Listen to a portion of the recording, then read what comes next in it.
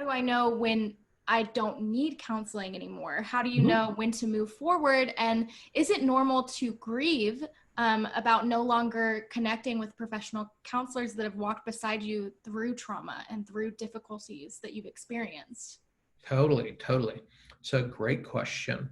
And so the therapeutic relationship kind of serves as what we call a secure attachment in a person's life, right? In order for me to be able to be helpful to somebody and really to be able to speak into their life, there's a relationship that has to be established there.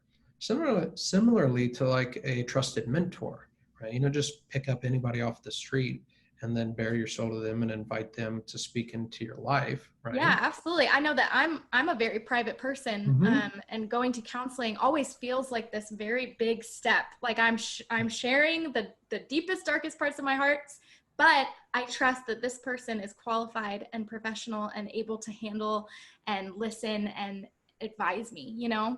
Yeah, and that started, you kind of took the first step in that based on their credentials, a recommendation, a view, but the relationship that you have with them now is because of how you've experienced them, Mm-hmm.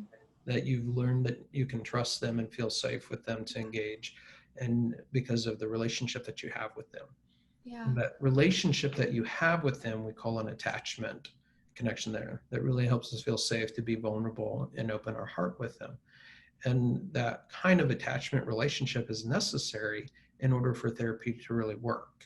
That therapy is not just advice giving, and that it really requires a relational connection in order to be effective.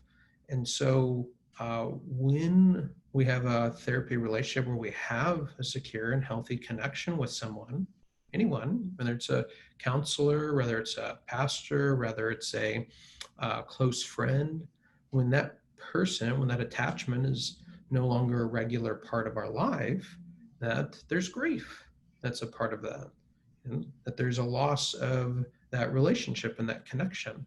And so it's normal for there to be some grief and some sadness as a therapy relationship transitions and you're not seeing your counselor as much or at all anymore. And so that's a really normal part of the process in therapy. Then in the different kind of phases of therapy, in the early phases, there's a forming of that relationship, right? Where there's a connection being made and a attachment being formed that then becomes the bridge for real good therapeutic work to be done and to happen in the relationship. And oftentimes the um, there's part of the therapy process is recognizing what it is that person needs from the therapeutic relationship in order to find wholeness around the things that they're struggling with. And what are the resources that they need from the therapist? What do they need in their life outside of therapy? And as you move through the therapy process, you're helping person develop the resources that they need outside of therapy, as well as within the therapy process, develop the internal resources that they need in order to address whatever the struggle is that they have. And when a person kind of arrives at that place of having the internal resources as well as the external resources that they need in order to navigate their situation, they're really in a good place that they're not, uh, they don't need really the therapist anymore. That initially there's a dependence on the therapist because they don't have the resources internally or externally, but over time they're developed internally and externally. And so while they may enjoy the relationship and value the relationship, they don't really need the relationship anymore. And that's a healthy time to transition and to maybe space out and not connect with the person as frequently, or to be in a place where maybe you circle back down the road in different seasons as you're facing Yeah. different things, if at all. Yeah, That, I mean, I was going to say, I have met with many, therapists, many counselors in my battle with anxiety, depression, and different things that I've struggled with. And, there's not a time on this side of heaven where there aren't going to be any hardships, where there will be no heartache or no suffering.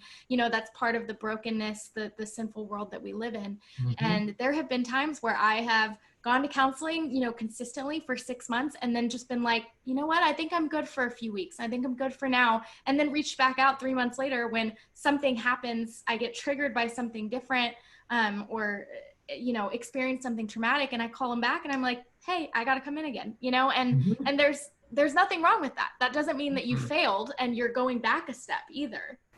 Nope. The therapy relationship in a lot of ways can be likened or similar to some mentoring relationships or pastoral care kinds of relationships, and that the therapist is there for you as needed. And to let different seasons, different challenges arise. And sometimes being able to reconnect with someone that you have an established relationship with, who knows you, knows your stories, becomes a much more efficient way of kind of working through whatever the challenges of that season are, as opposed to starting over with somebody new, or just trying to kind of figure them out without the lens of that outside person who kind of knows you and knows the ins and outs of these things, as they spend thousands of hours with folks, kind of learning the ins and outs of how to help people through these things.